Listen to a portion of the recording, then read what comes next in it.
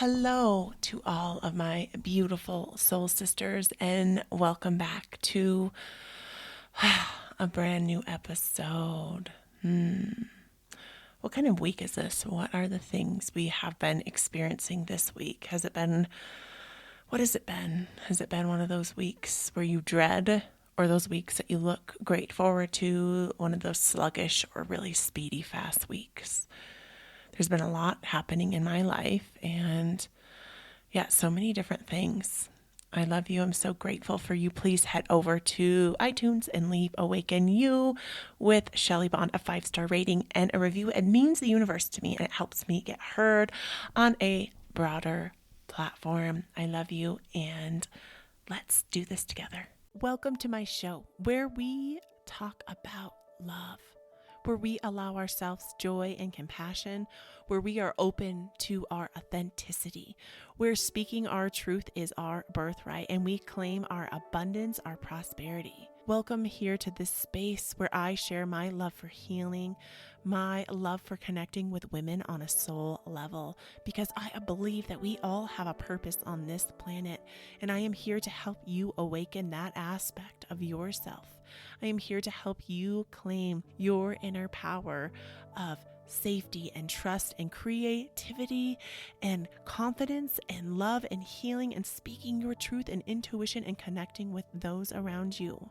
Here and now is this space that I have created to join women together. I love you, and I'm so grateful for you. May we lead with love and light, joy and compassion, my beautiful soul sisters.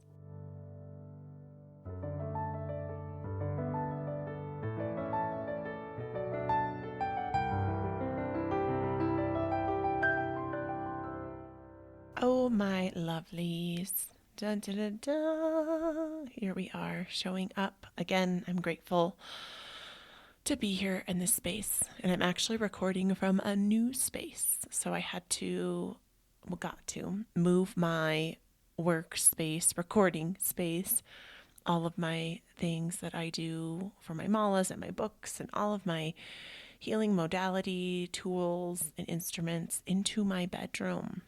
And usually I would say don't ever put your work stuff in your bedroom, but we're actually finishing our basement, and it's very exciting. And laugh or not, I'm really excited. We actually set up our Christmas decorations. Yeah, we did. I set up my Christmas decorations. I actually take down my Halloween decorations and I put up my Christmas decorations. And with that said, I don't know if I shared this with you all, but I self-published my third children's picture book called Biddy Bia's Christmas Magic, that's now available on Amazon. I actually published it like a few weeks after Christmas last year, and I wrote that as part of my biography, is that I take down my my Halloween decorations and put up my Christmas decorations. And so my workspace was where my Christmas tree goes. So now we have a lovely, beautiful Christmas tree. What are we on? It's like the 10th of November. In Estes, it's like cold, but it warms up sometimes, but there's little patches of snow, and it's pretty windy, but it's still beautiful. It's always beautiful up here. It's just the wind.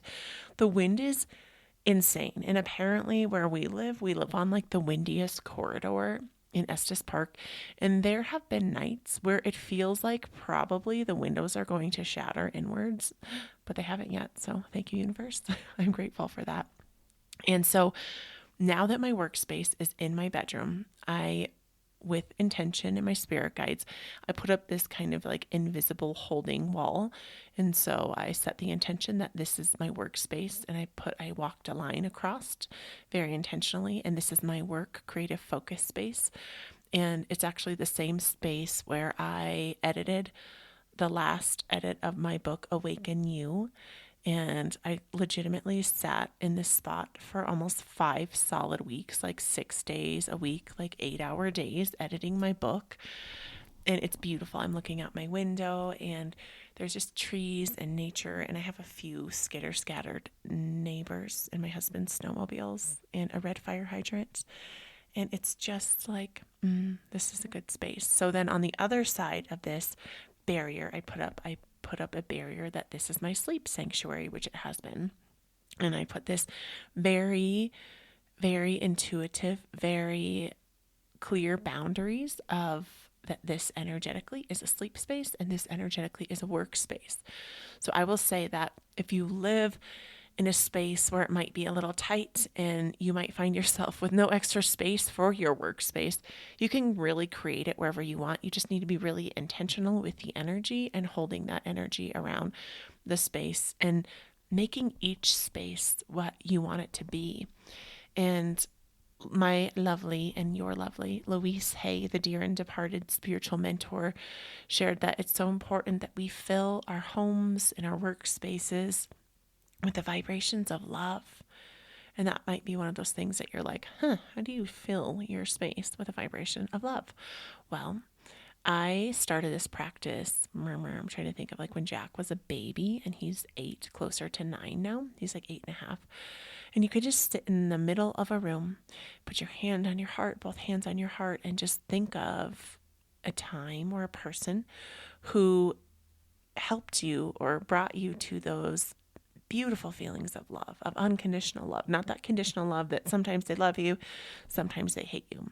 And then you grow the feelings of the love, the love, the love, the love, and you just fill up the space and you just imagine that love just growing and filling up all of the corners of the walls and through the eaves and the nooks and the crannies and through the vents, around the curtains, around those maybe messy little spots that need a little extra love, and you just send love. You can even just lay in your bed at night and allow that love to grow and imagine it just like in a blink, just filling up your entire house, all the closets, all of the drawers and dressers and all of the spaces of the house, because the vibration that we put out is the vibration that comes back to us. And I've really been noticing this with my husband and I, and our relationship had been really unhealthy for a really long time. Like it got bad and then it got really good and then kind of reverted back to badness. And there was something within me at the beginning of this week that just clicked. I'm like, there is so much already stress and strain on our lives that why are we always like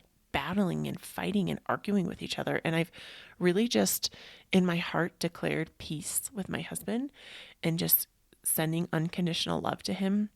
And also he's been like working his ass off in our house, finishing our basement where we started like the framing. Him and his employees helped do all of and his partner's employees did all of the framing, and they're doing the electrical, and we're like getting ready for plumbing. And I mean, it's a project. It's a lot of work. And I am like really, I've known how stressful his job is and how hard he works, but he is a hard worker, and he's very professional, and he takes his job very serious. And I don't know, there's just something over me. I guess I do know that I just am like, I'm done. I'm done with arguing and having unhealthy relationships.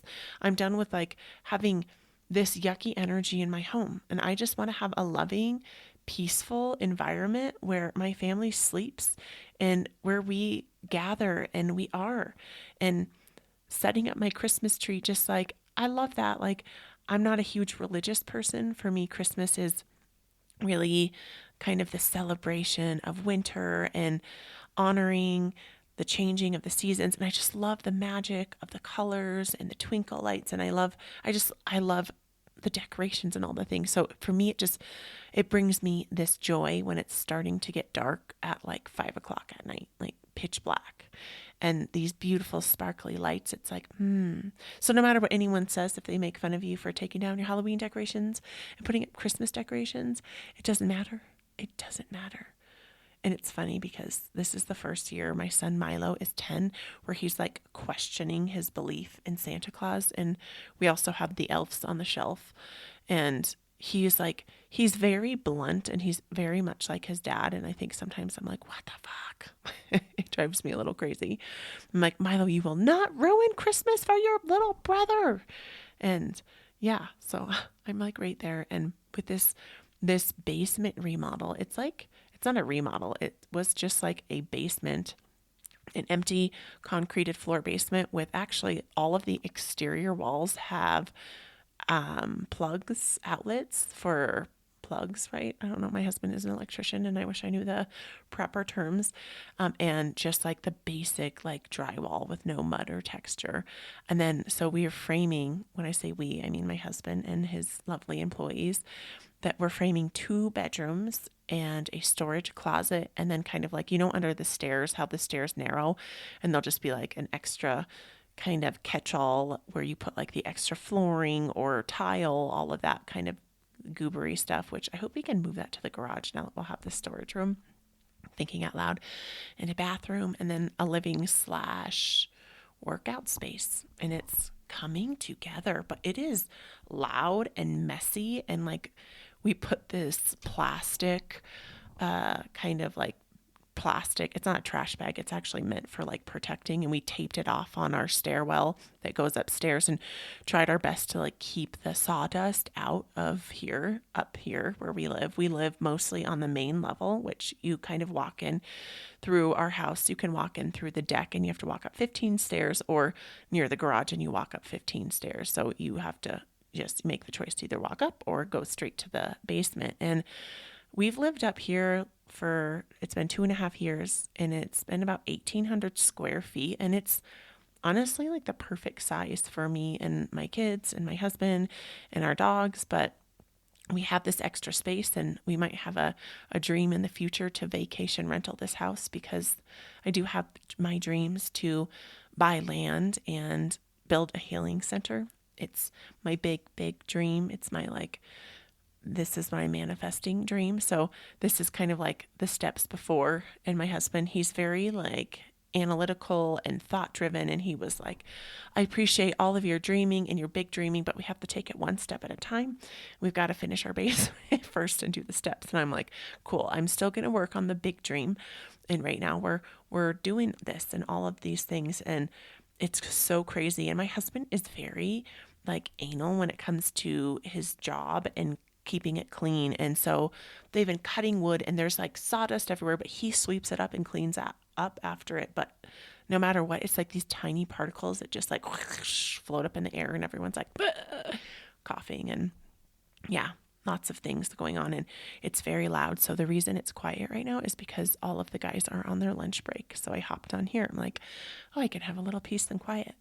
And in between this, my daughter has been sick. I think she might be having the flu. And my little buglet having the flu. And yesterday, let's rewind, blah, blah, blah, so many things to share. So this is also exciting. I did my first psychedelic healing session. I watched a couple really amazing documentaries.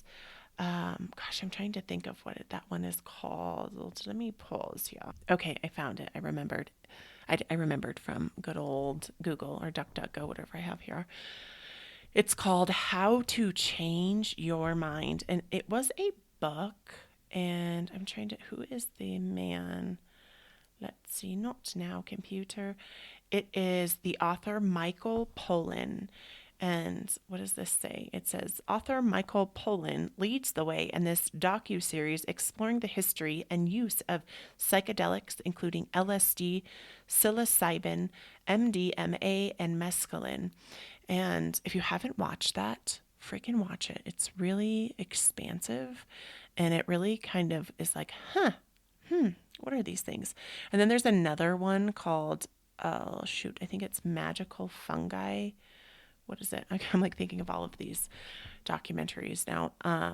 But I say, when we say it's when we're unsure and we're thinking, we're like, what is that one? Magical Fungi, something fungi. I think it's on Netflix too.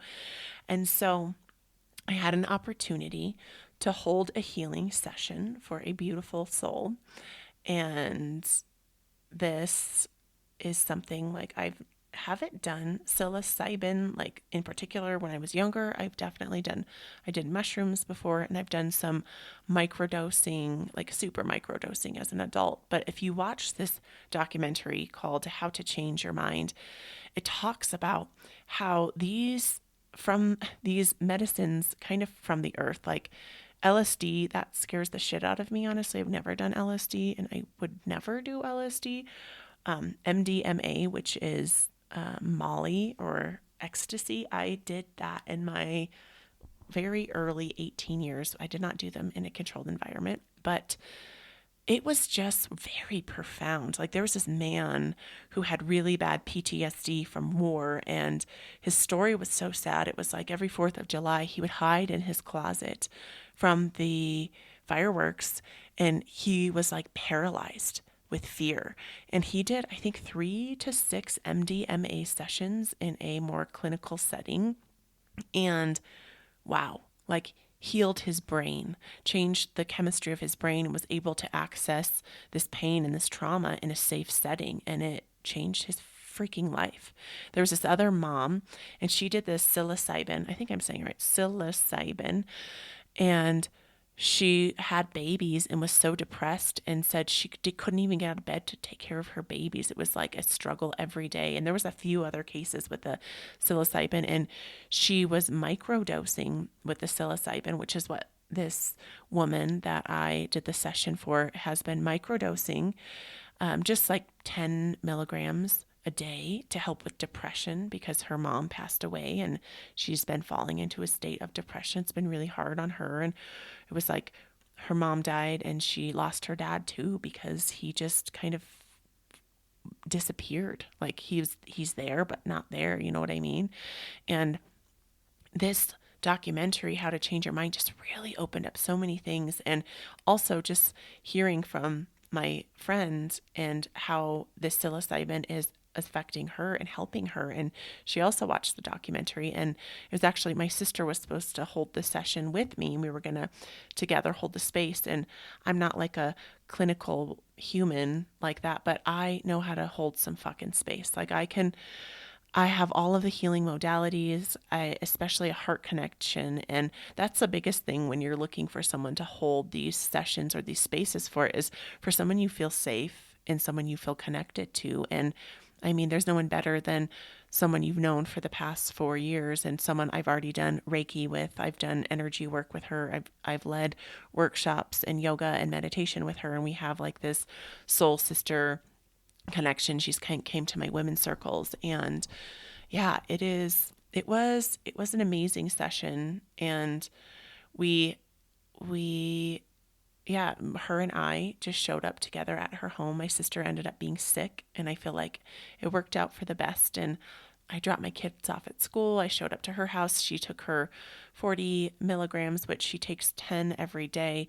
And so the 40 was only 3 times what she usually does. So it wasn't such like a crazy, heavy trip, but it was enough to allow her to really just open to her conscious mind. And what happens is it helps you shed the ego. So it's like you're lifting the veil and you're really open and exposed and vulnerable. And to me, in my experiences with this, with kind of psychedelics, is that you go kind of in another dimension, or say the spiritual realm, because you're able to really see what the world, what these other dimensions really are. And that's when people can kind of get those tracers and the colors. And sometimes people, like, I think the LSD one, that one kind of freaked me out in the movie, because that was the first, I think that was the very first show, because this documentary, I think it's 4 like individual shows, or it might be 6, but the first one is about LSD, and I was like, holy moly, like that really just like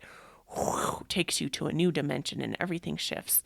With psilocybin, which is mushrooms that come from the earth, it really is said to be that connecting energy. It's like mushrooms come from the earth and they're like the veins, the roots of the earth. So it really helps you get that connection deep into the vibration, deep, allowing that energy of nature to become, for you to become one with it, in that oneness. And yeah, this session was awesome. And it seemed kind of like an hour in was when it kind of started setting in. I could just see the way she was looking at me in a little bit, and I just can tell, I can really sense energy. And yeah, it was wonderful. And I brought all of my healing modalities. We did an oracle reading, and of course it was just like the perfect, beautiful message.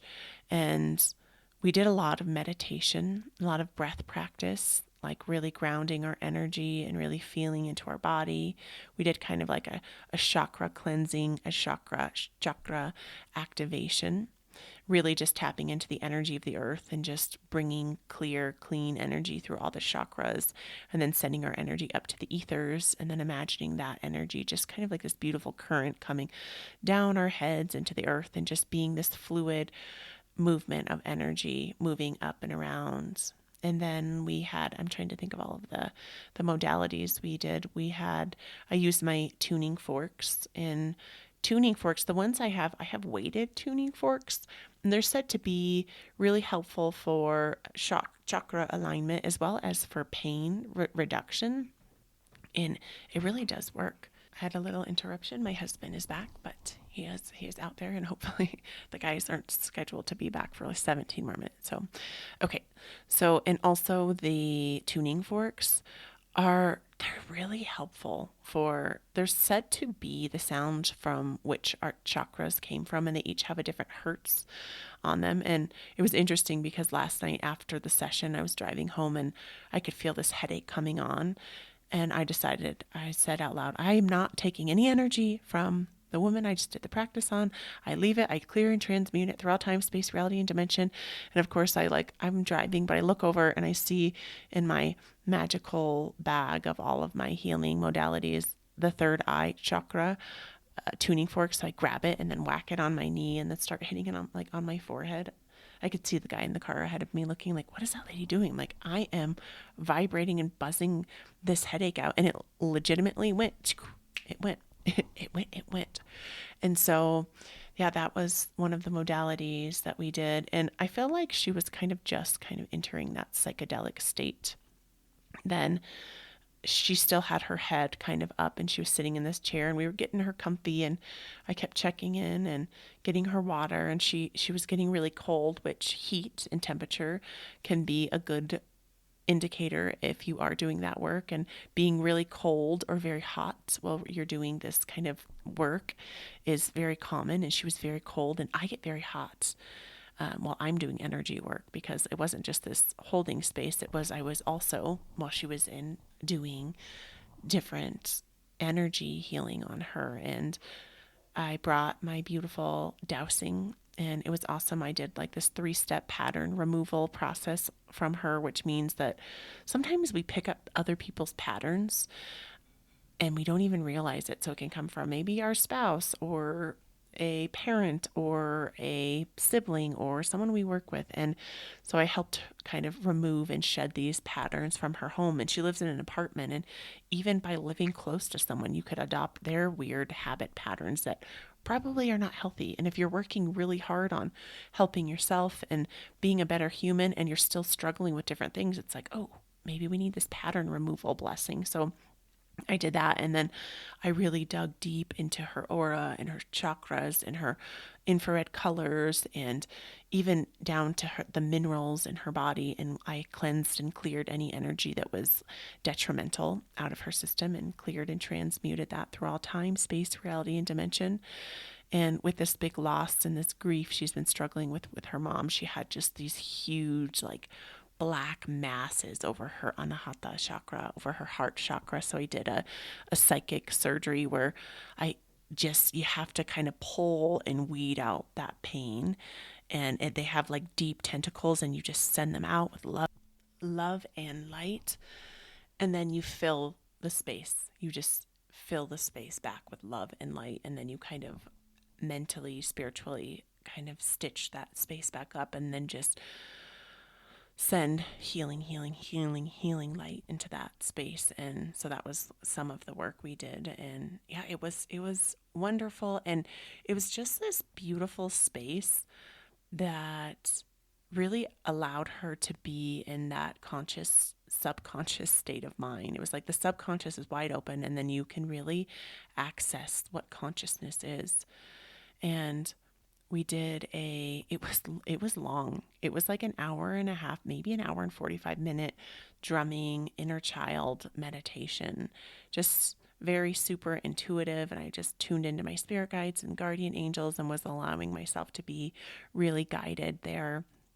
And it was a space that I could really feel like she was opening up to and really allowing herself to travel to these different ages of when she was she said it was mostly when she was an adult woman, and it was around the time when she knew that her mom was sick and her mom had cancer, and she was in remission, and I think she was in and out of remission twice, and then she got cancer again for the third time, and then she passed that third time. And so there was a lot of trauma and a lot of grief there. And I really just encouraged her to step into the darkness, to embrace the pain that she had been trapping and locking inside. And yeah, it was very divine. And I'm so grateful that I got to be a part of this on her healing journey, because healing is such an adventure, and it can feel like it takes forever. And that's the thing, is that most of us think that healing is something like, I used to think that one day I would wake up and feel like, oh my gosh, I'm all the way healed, I'm better, I can live my life now, I can start living. But it's not the truth. That healing is a continuum, it's ongoing. It's like the other night when Jack, my son, was laying in bed and he said, Mom, what is the biggest number ever? And we were talking about infinity and how numbers never end. They just never end. They keep going. And that's same with us and healing. And it's like, maybe we can heal one part of ourselves, but there's all of these other aspects and elements of the mind, the body, the emotional state, and the spirits. And there's all of these pieces. I think of like a rope with all of like the cords and intertwining and wrapping around. And yeah, it's a continuum. And that was something that my sister and I had a call with this woman the day before her session to just go over kind of her expectations and to explore what she really was hoping or wanting out of the session. And we really just were allowing her to know that about healing, and that don't expect that this one session's going to be one and done and then miraculously healed, that it's just going to open new doors, like shedding layers of that onion. And yeah, and then we asked her kind of some questions, and it was like, some of the questions were like, why is she so hard on her, why am I so hard on myself, and why do I have to do it all alone? And we really got like deep, and it was kind of rounding towards I was there for 6 hours, and I felt like it was kind of at the fourth and a half hour where she kind of went from being like silent and inwards in introspective to being kind of opening her eyes, and she looked at this beautiful plant, and oh, I could just tell. And she was voicing about how beautiful plants and nature was, and I could feel, I just kept getting curious and asking questions. And that was something my beautiful sister urged me to do. Was, she said that you're not solving people's problems for them, you're just opening up questions to help them solve their own problems, because I don't know the right way. I don't have the right way. That it's I'm just holding this space for her. And so it was kind of like everything that she would end with, I would just ask an open-ended question that would allow her to expand deeper, and then expand deeper on that, and expand deeper on that. And she did. She really did. And it came down to why she's so hard on herself, was that just being a people pleaser and just always feeling like she had to pick up the slack of siblings, and just feeling like no one would pay attention to her unless she would go above and beyond, like, hey, I'm here, notice me, notice me, notice me. And then she always would feel like she was getting kind of pushed on the back burner. And that was, I hope for her that she was able to hear that and to just absorb that message and just to be with that. And yeah, it rounded out really beautifully, and it really did. And it was like I could tell kind of like that fifth hour that she was kind of coming back to her kind of self. I could just feel her energy shifting and changing. And we were chatting and just kind of having like conversations. And then it rounded out, and we were talking about Elvis. Her husband is like a huge collector and has all these like little collector pieces, and has this one of those, I don't know what they're called, but you know, those huge pictures that are like 1,000 little pictures that make up a big picture. If you know what that is, shout it out, say it.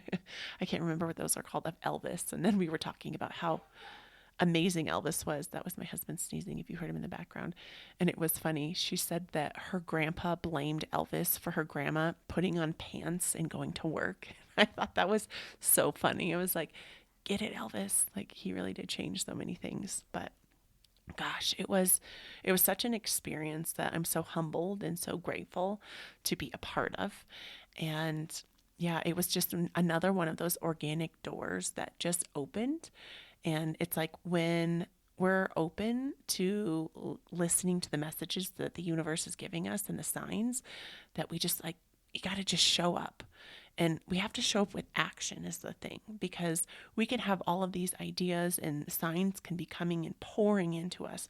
But if we just sit, nothing's going to happen. So we have to really take the steps to make the appointment or follow through with the research to do the thing, and then write out what it is that you're going to do or whatever it is in your life. And we have to really just pay attention, like paying attention, paying attention to those signs that are always abundant and always coming around.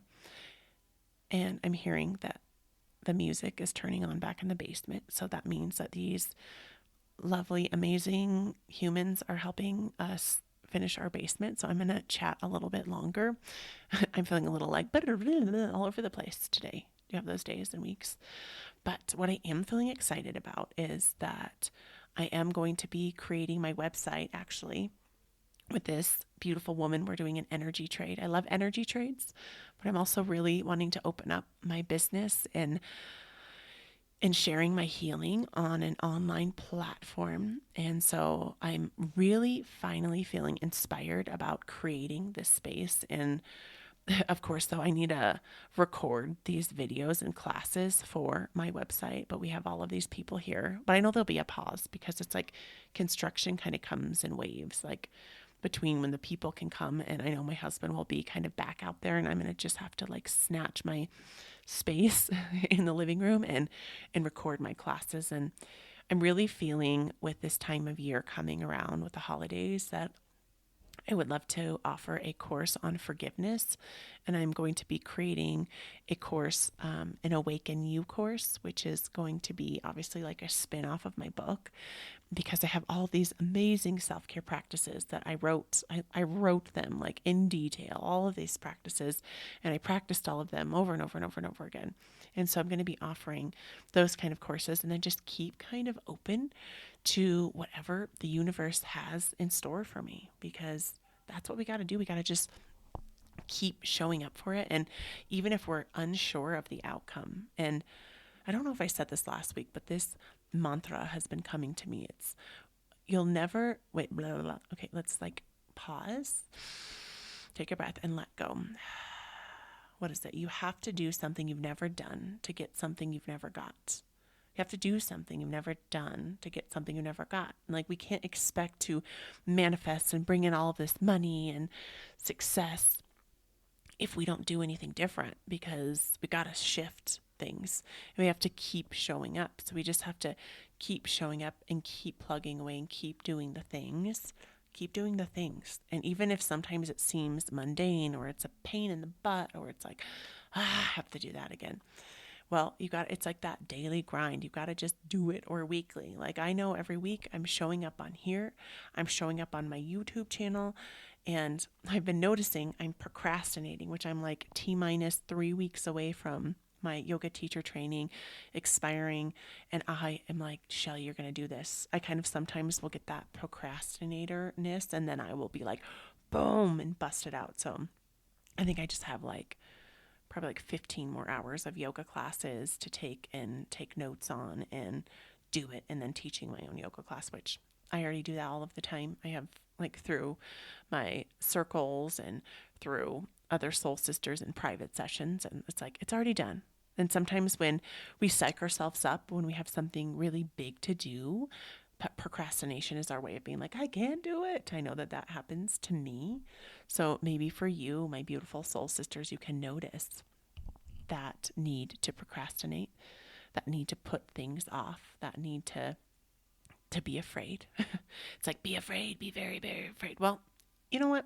Sometimes we're afraid and we can still do the thing, because we all do scary stuff every day. Like sometimes even like getting in my car and driving down the road and I like pull out of my space and almost get like T-boned by a car going a million miles an hour around this giant round. Like that's scary. But I still freaking show up because I know I have to go pick my boys up from school. I've got to still show up and still be there and still do the things. And let's do that together. Let's just exhale 3 times. Breathe that breath in. Let the shoulders melt away. Let it go. Breathe it in. Let it go. One more. Breathe it in. And let it go. And so I'm sitting here. I can hear these gentlemen in my basement starting here. And so for me, I know that I need to wrap this up a podcast this week, which it might end up being longer because that's what I do. And so as our self-care practice, I'm trying to think of what we were talking about last week, and I'm thinking it was on anxiety and fear because that's where it's kind of landing again today.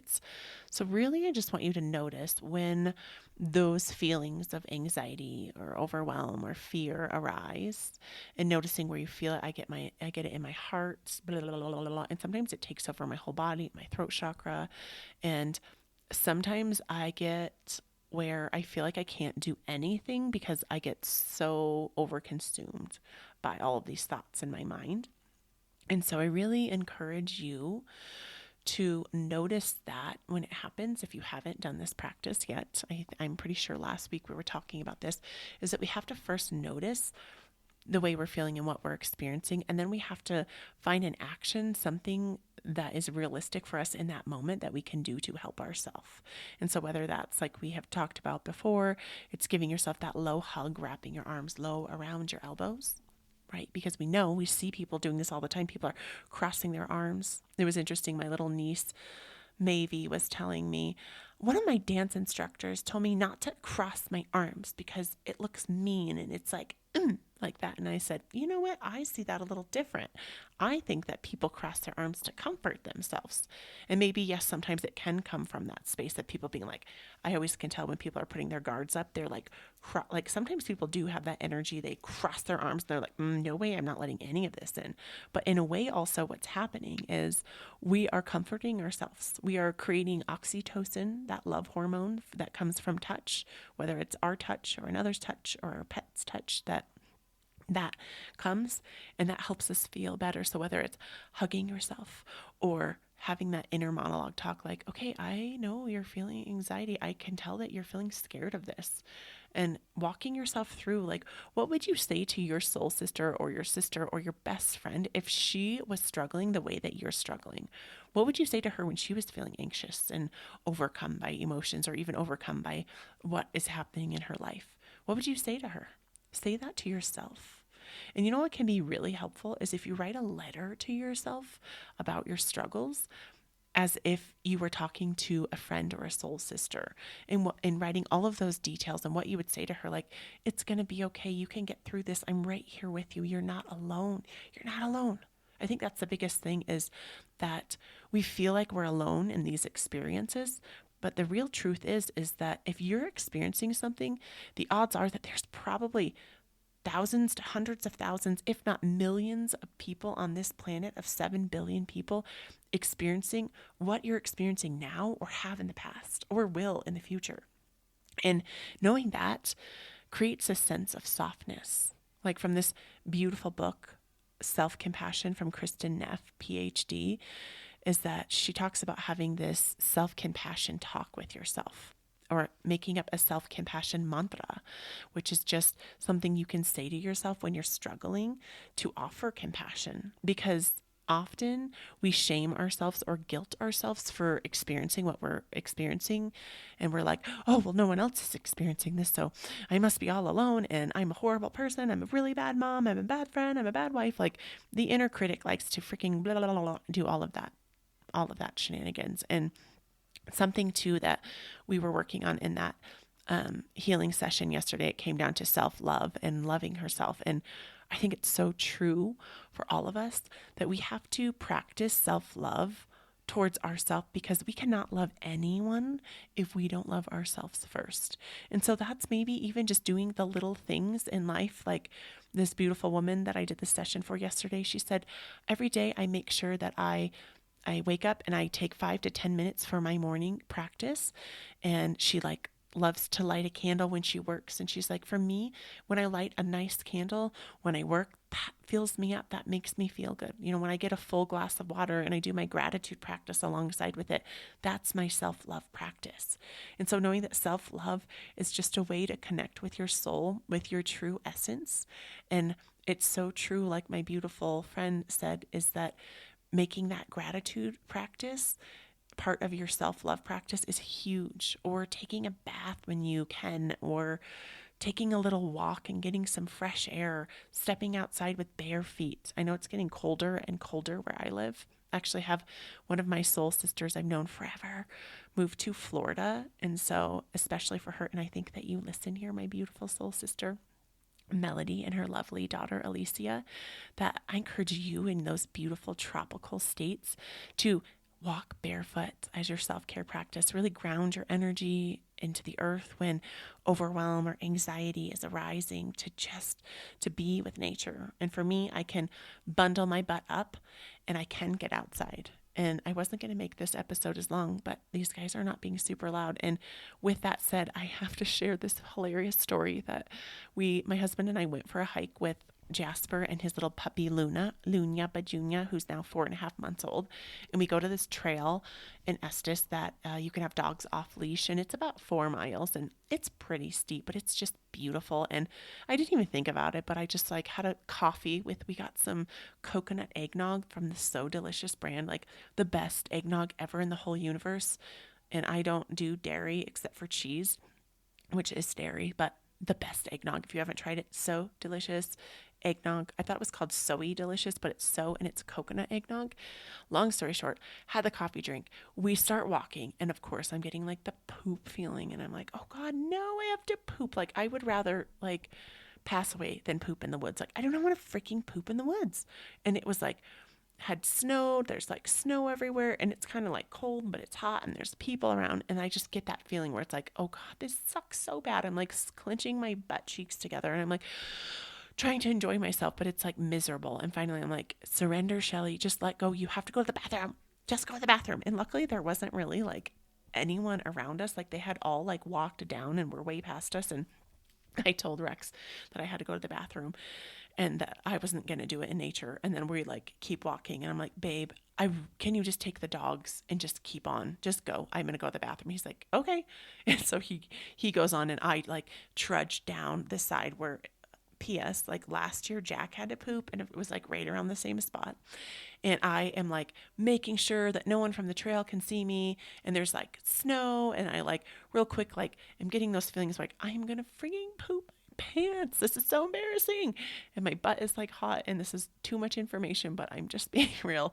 And then I like dig a little spot in the snow, and then I just like have to poop. And so I literally squat down and I freaking poop. And then I'm getting way too much information. It's very graphic. And then I had to wipe my butt with snow, and it was really messy, and I couldn't figure out how to do it. My butt was freezing, and it took a really long time, and I was like a mess, and I had to like wash my hands in snow over and over and over and over and over. And then I had to pile the snow and some rocks and logs over top of my poop. And then I was like walking, and I looked down on my jacket, and I had poop on my fucking jacket. And I was like, oh my God, this is so gross. And so I like stop, and I grab a giant chunk of snow and start scrubbing my jacket. I'm like, I'm so gross right now. Like, this is so gross. And then I like go over and kneel into the snow, and I like washing my hands in the snow. I could see people like they were way far up, but I'm like washing my hands. I'm like, oh my gosh, this is so gross, but I'm fine. It's fine. I feel so much better. I'm like, I'm light. I'm going to enjoy this hike. It's fine. I'm all cleaned up. Like, I'm just a person. That happened. Whatever. I'm going to get over it.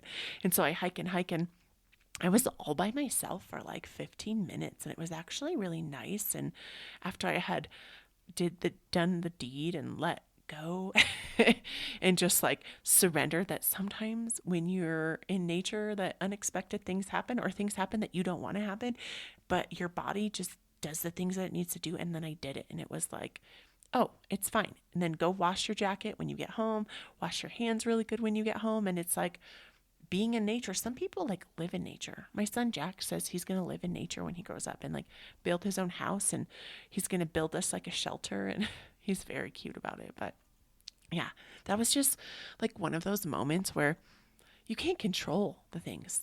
Like, that's the thing. We can't always control things. And I know I have that tendency to wanting to control life.